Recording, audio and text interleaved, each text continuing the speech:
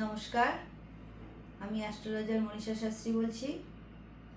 আমাদের 9টি গ্রহের মধ্যে কেতু গ্রহটা কিন্তু একটি রহস্যময় গ্রহ। কেতুর বডি আছে কিন্তু মাথা নেই। এটিকে সর্পের সাথে তুলনা করা হয়। কেতু কেতু একটি মোক্ষকারক গ্রহ। যদি কারুর রাশিচক্রে কেতু ভালো থাকে, সেখানে কিন্তু সেই মানুষগুলো আধ্যাত্মিক, ধার্মিক এবং মহান হয়।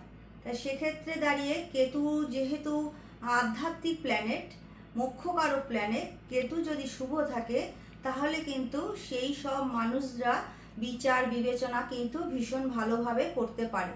কিন্তু কেতু যদি অশুভ হয়ে যায়, সেক্ষেত্রে কিন্তু সেই সব মানুষগুলোর মধ্যে স্বার্থপরতা, তারপরে যেটা সবথেকে বেশি হয় নেশার মধ্যে ঢুকে যাওয়া, তারপরও যেগুলো দেখা যায় সেই সব মানুষের মধ্যে ছল চাতুরি, মিথ্যে বলা, এগুলো কিন্তু প্রভাব চলেই আসে। তারপরে কেতু হচ্ছে এমন একটি রহস্যময় প্ল্যানেট, যদি কারুর রাশিচক্রে খারাপ থাকে সেখানে কিন্তু যে ধরনের রোগকে ইন্ডিকেশন করে সেটা কিন্তু মেরুদণ্ড, উদর, পায়ের পাতা, এই ধরনের রোগ কিন্তু দেখা যায়। অনেক সময় সব মানুষই চেষ্টা করে নিজস্ব বাড়ি করবে, সেটা ছোট হলেও ঠিক আছে, কিন্তু কেতু যদি রাশিচক্রে খারাপ থাকে, কেতুর প্রভাব যদি খুব নেগেটিভ হয়, সেখানে কিন্তু কোনো সময় তারা নিজের মতো করে একটা সুন্দর বাড়ি করতে পারে না।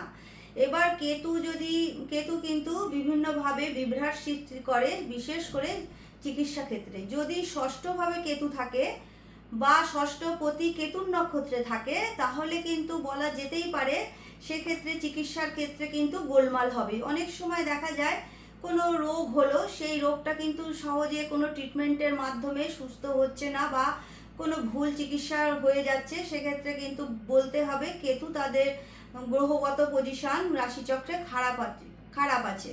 তা সেখানে দাঁড়িয়ে কিন্তু কেতু যেটা করে, কেতু কিন্তু অনেক সময় দেখা যায় যে শরীরে কোনো কারণে বিষ প্রয়োগ হয়ে যাওয়া, জীবজন্তুর মাধ্যমে দংশন হয়ে যাওয়া, তারপরেও যেটা দেখা যায় উচ্চ স্থান থেকে পতন হয়ে যাওয়া, এগুলো কিন্তু মানে কেতুর নেগেটিভ ফল। যদি কেতু খারাপ থাকে তাহলে কিন্তু এই ফলগুলো মানুষকে ভীষণভাবে জীবনে হয়রানি দেয়। কেতু যদি খারাপ থাকে, হঠাৎ করে দেখা যায় না, অনেক সময় অনেক মানুষ একটুতেই সেন্সলেস হয়ে যায়, তারপরেও অনেক সময় ভীষণভাবে একটু স্পষ্টকাতর হয়ে যায়, মানে একটুতেই ইরিটেট হয়ে যায়, এগুলো কিন্তু কেতুর নেগেটিভ ফল। তা আপনাদের রাশিচক্রে যদি এই রকম কেতু নেগেটিভ থাকে বা এইরকম হয় আপনাদের সাথে, তাহলে কিন্তু অবশ্যই আপনারা, কেতু গ্রহের দেবী হচ্ছে ধূমাবতী। আপনারা এই মন্ত্রটা রোজ 108 বার করে পাঠ করতে পারেন, ধুম ধুম ধূমাবতী ঠ ঠ।